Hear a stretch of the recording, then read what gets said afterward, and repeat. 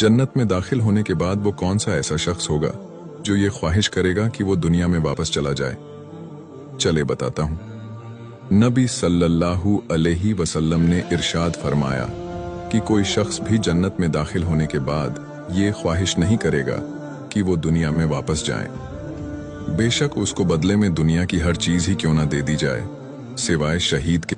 शहीद ये ख्वाहिश करेगा कि वो 10 मर्तबा दुनिया में लौटाया जाए और उसको फिर से वैसे ही कत्ल किया जाए। ऐसा सिर्फ और सिर्फ अल्लाह के यहाँ अपना एजाज़ा और मर्तबा देखने की वजह से होगा। हर मुसलमान की ख्वाहिश होती है कि उसको शहादत की मौत है तो उसके लिए।